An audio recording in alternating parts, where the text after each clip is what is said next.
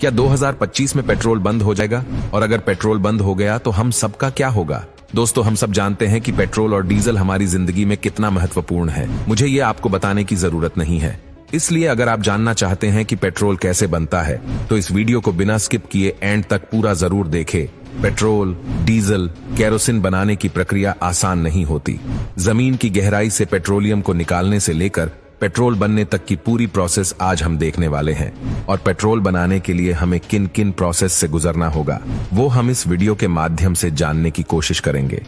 कहा जाता है कि आज से करोड़ों साल पहले जो जीव जंतु जमीन के नीचे दब गए थे वो सब हाई प्रेशर और ऑक्सीजन की एब्सेंस की वजह से उनकी बॉडी डिकम्पोज हो गई, यानी गल गई, और वो गलकर पेट्रोलियम में कन्वर्ट हो गई। पेट्रोलियम को हम क्रूड ऑयल या कच्चा तेल भी कहते हैं, लेकिन ये पेट्रोलियम पेट्रोल नहीं है, बल्कि पेट्रोलियम से डीजल, पेट्रोल, केरोसिन जैसी कई सारी चीजें बनाई जाती हैं। पेट्रोलियम जमीन के नीचे और समुद्र के नीचे दोनों जगह पाया जाता है, लेकिन कुछ खास स्थानों पर पेट्रोलियम निकालने के लिए बहुत बड़ी फ्लोटिंग प्लेटफॉर्म यानी तैरते हुए प्लेटफॉर्म बनाई जाती है और उन्हें उस खास स्थान पर ले जाती है जहां से हमें पेट्रोलियम निकालना है।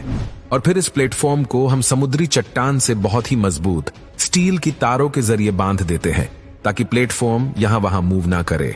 और फिर इस प्लेटफॉर्म पर हम बहुत बड़ी ड्रिलिंग या बोरिंग मशीन लगा सकते हैं और फिर उस मशीन की सहायता से समुद्र की सतह में उतनी गहराई तक ड्रिलिंग किया जाता है जब तक कि हमें पेट्रोलियम ना मिल जाए। और फिर जब हमें पेट्रोलियम मिल जाता है तो उसमें पाइप और पंप का सिस्टम फिट कर दिया जाता है जिससे कि हमें लगातार पेट्रोलियम मिलता रहे। ठीक इसी प्रकार जमीन पर भी चुने हुए स्थान में बोरिंग या ड्रिलिंग की जाती है और वहां पर पाइप और पंप का सिस्टम सेट कर दिया जाता है ताकि हमें लगातार पेट्रोलियम मिलता रहे। अब इस पेट्रोलियम को पेट्रोल डीजल में बदलने के लिए इसे रिफाइनरी में डिस्टिलेशन प्रोसेसेस के लिए भेजा जाता है। डिस्टिलेशन प्रोसेसेस को समझने के लिए आपको यह पता होना चाहिए कि हर चीज का बॉइलिंग पॉइंट यानी उबलने का तापमान अलग अलग होता है। जैसे कि पानी 100 डिग्री तक उबलता है और कोई भी चीज उबलने के बाद लिक्विड स्ट्रीट से गैस स्ट्रीट में कन्वर्ट हो जाती है, यानी भाप में बदल जाती है। डिस्टिलेशन को समझने के लिए आप एक छोटा सा एक्सपेरिमेंट कर सकते हैं। मान लो कि आपका कोई दोस्त आपको एक गिलास पानी में नमक घोल कर दे दे और आपसे कहे कि नमक और पानी को अलग अलग करो, तो आप क्या करेंगे? इसे आप डिस्टिलेशन की मदद से बहुत ही आसानी से अलग कर सकते हैं। बस आपको उस ग्लास के पानी को एक बर्तन में डालकर गैस पर गर्म होने के लिए रख देना है, क्योंकि पानी 100 डिग्री सेल्सियस पर उबलता है और नमक 1500 डिग्री सेल्सियस पर उबलता है। इसलिए कुछ ही समय बाद पानी उबलना शुरू हो जाएगा और वो भाप में बदलने लगेगा। अब भाप को इकट्ठा करने के लिए आप एक तिरछी प्लेट लगा सकते हैं पतीले के ऊपर। प्लेट भाप को इकट्ठा करके पानी की बूंदों में बदलती रहेंगी और वही पानी की बूंदें खिसक कर प्लेट के साइड में गिरती रहेंगी।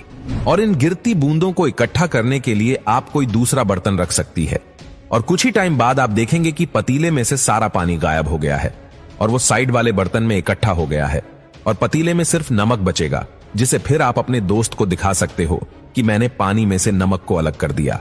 इसी प्रक्रिया को हम डिस्टिलेशन कहते हैं, क्योंकि पेट्रोलियम एक मिक्सचर होता है जैसे कि पेट्रोल, डीजल और केरोसिन वगैरह, इसलिए हमें उसका डिस्टिलेशन करना पड़ता है। अलग अलग चीजें पाने के लिए पेट्रोलियम का डिस्टिलेशन करने के लिए पेट्रोलियम को बड़े बड़े कॉलम्स में भर दिया जाता है। इन कॉलम्स में कई सारे चेंबर होते हैं जिनमें अलग अलग चीजों को इकट्ठा किया जाता है ताकि कोई चीज आपस में मिक्स ना हो।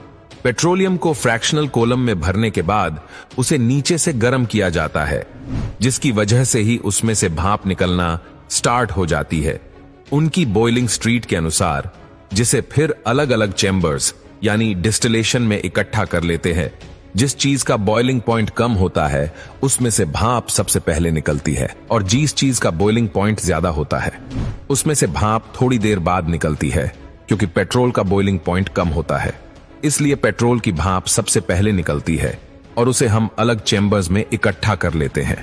इस प्रकार अलग अलग चैम्बर में डीजल, पेट्रोल और केरोसिन जैसी चीजों को इकट्ठा कर लिया जाता है और फिर इन्हें बाद में बड़े टैंकों में भर दिया जाता है, क्योंकि इस प्रोसेस में डिस्टिलेशन के लिए फ्रैक्शनल कॉलम का इस्तेमाल किया जाता है।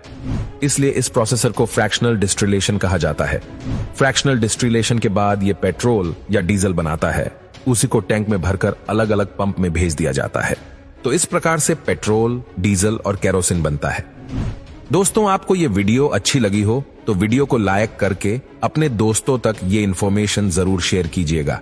चलिए फिर मिलते हैं अगले वीडियो में, तब तक के लिए जुड़े रहिए हमारे साथ। धन्यवाद।